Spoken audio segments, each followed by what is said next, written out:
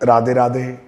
कुंज बिहारी श्री हरदास, मैं निखिल गोस्वामी आप सभी का हमारे YouTube चैनल श्री बांके बिहारी जी एवं Facebook page Banke Bihari temple में हार्दिक स्वागत करता हूं।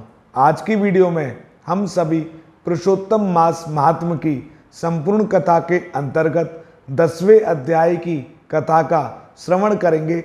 आप सबसे पहले तो अपने हृदय में बांके बिहारी जी महाराज को विराजमान करो और अपना ध्यान बांके बिहारी जी महाराज के श्री चरणों में केंद्रित करो।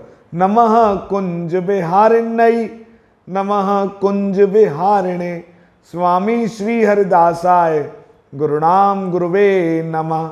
राधा मेरी स्वामिनी, मैं राधे को दास, जन्म जन्म मोहे दीजियो श्री वृंदावन को वास। वृंदावन सो वन नहीं, नंदगांव सो गांव, बंसी बट सो बट नहीं, कृष्ण नाम सो नाम। बोलिए श्री बांके बिहारी लाल की जय। नारद जी बोले, हे तपोनिधे, महातेजस्वी क्रोधी दुर्वासा ने विचार कर ऋषि कन्या को क्या हितकारी उपाय बताए सो मुझसे कहो। तब नारायण बोले, हे नारद सुनो, मेधावी ऋषि की पुत्री का दुख दूर करने के लिए दुर्वासा ऋषि ने जो गुप्त उपाय बताया है वह मैं तुमसे कहता हूँ। दुर्वासा बोले, हे सुंदरी सुन, गुप्त से भी गुप्त एक उपाय मैं तुझसे कहता हूँ जो किसी से कहने योग्य नहीं है। हे सुभगे, इस मास के बाद जो तीसरा मास आएगा वह पुरुषोत्तम मास है। हे रमणी, उस मास में तीर्थ में स्नान कर लेने से मनुष्य भ्रूण हत्या के पाप से भी छूट जाता है। जितने भी मास, पक्ष और जितने पर्व दिवस हैं वे सब पुरुषोत्तम मास की 16वीं कला के बराबर भी नहीं है। वेद में जितने साधन और जितने परम पद प्राप्ति के साधन कहे हैं वे भी उसकी 16वीं कला के बराबर नहीं है। 12,000 वर्ष तक गंगा स्नान करने से जो पुण्य मिलता है वही पुण्य पुरुषोत्तम मास में कहीं पर भी एक बार स्नान कर लेने से मिल जाता है।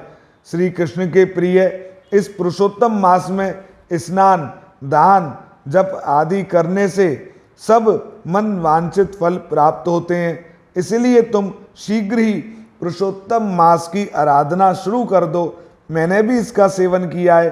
हे बाले, एक समय की बात है, मैंने क्रोधित होकर राजा अम्बरीय को भस्म करने के लिए कृत्या नाम की राक्षसी भेजी थी।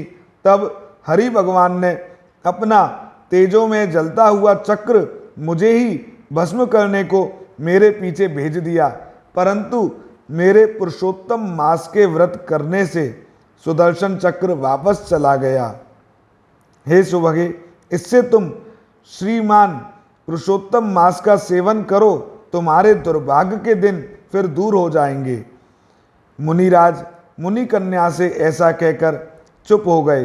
तब श्री कृष्ण बोले, हे युधिष्ठिर, दुर्वासा के वचन सुन होनहार के वश वह मूर्ख मुनि वाला मन में क्रोधित होकर मुनि श्रेष्ठ से बोली, हे ब्राह्मण, हे मुनिवर, आपका कथन मुझको अच्छा नहीं लगा।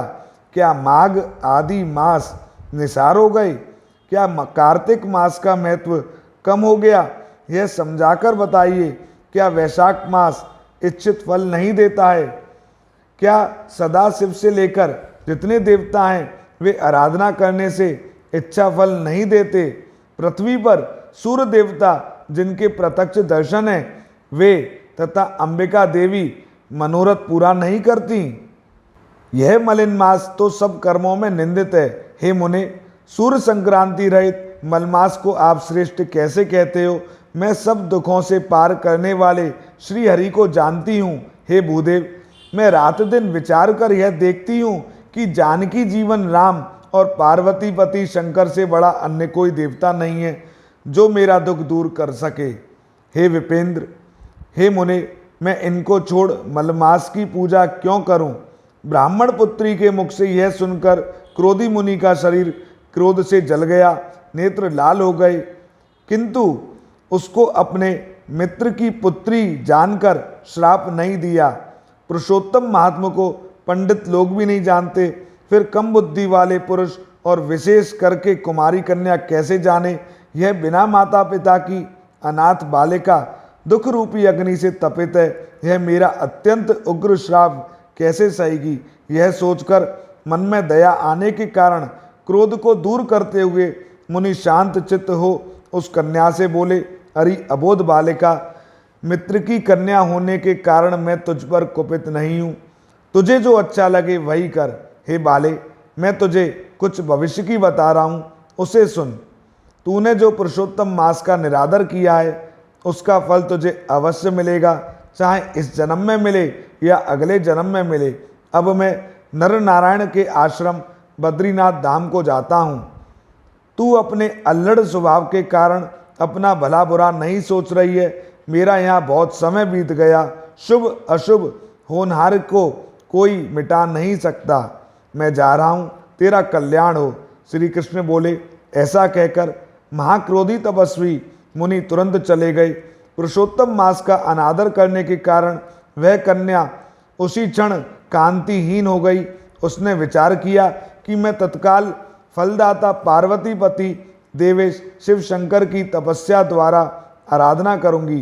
हे राजन, मेधावी ऋषि की पुत्री मन में ऐसा निश्चय करके अपने आश्रम में ही रहकर शिव जी का महाकठिन तप करने को तैयार हुई। सूत जी बोले, वह प्रतिदिन लक्ष्मी नारायण की पूजा छोड़कर केवल शंकर जी की पूजा करने लगी। आज की कथा में हमने 10वें अध्याय की कथा का श्रवण किया है। श्री बांके बिहारी जी महाराज की असीम अनुकंपा आप सभी पर सदैव बरसती रहे। जय जय श्री राधे।